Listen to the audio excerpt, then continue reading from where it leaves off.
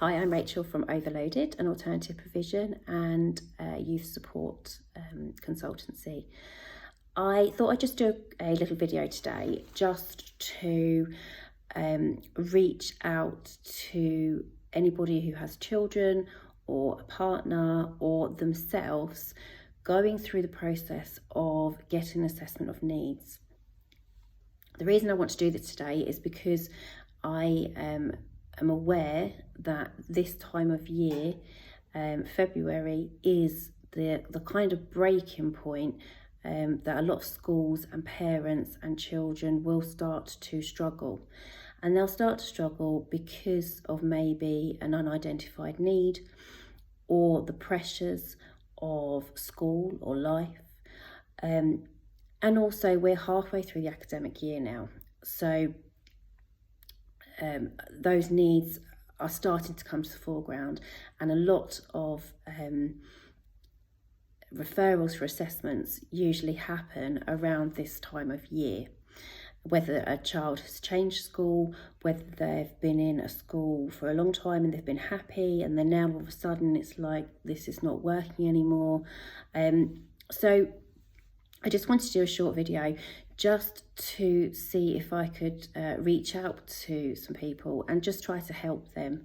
We're getting overloaded, we're getting a lot of referrals at the moment, and we're getting a lot of emails from parents who are just needing just some support and some ideas of how to help their children or their partners, or in fact themselves. You know, it's a big thing at the moment. Adults that are being diagnosed, they're going through 40 years of their life, and then all of a sudden they are being diagnosed with autism or ADHD, dyslexia, Tourette's, whatever it may be. And there's lots of coverage of that in the media, which is brilliant. But very often those famous people that are using their platforms to get those needs identified and recognised, their journey may be very, very different to ours or your households. So I just wanted to go through just some general pieces of advice that I would give to any parent or person who is struggling with a barrier at the moment, really. So I think that the key thing, the most important thing, if your child is going through something or you are awaiting an assessment, or even if you have been through the assessment process and you know you have got a lovely long report that says your child has autism, or your child has ADHD, or your child has social and emotional complex needs. Those reports are brilliant, but it's how we move forward from that. So first piece of advice, the big piece of advice that I would give is to make your home a safe place. And that sounds ridiculous because all of us, we want to keep our children safe. But what I mean by that is let your home be a place where your child can talk freely. Your child can have some time on their own if that's what they need, and make it a safe place in the sense that you can allow your child to be who they need to be, okay? And that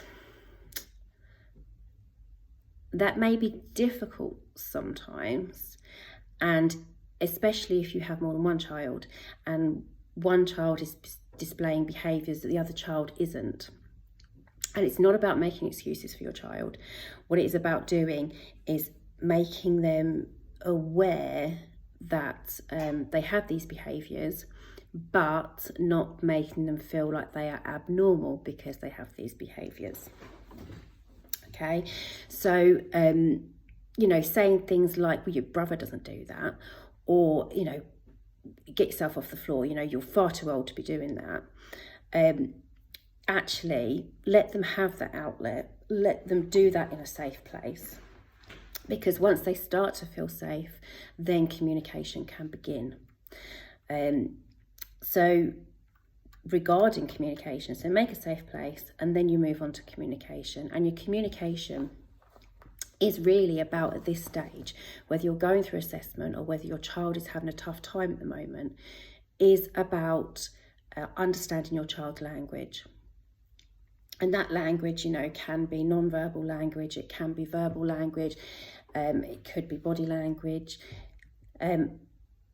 But try to think about, I'm not asking you to find triggers. What I'm asking you to do is think about, what is your child actually saying to you, and are you listening to what they're actually saying to you? Because at home it's busy. You've got work, you've got homework to do, you've got the washing to do. It's a busy place.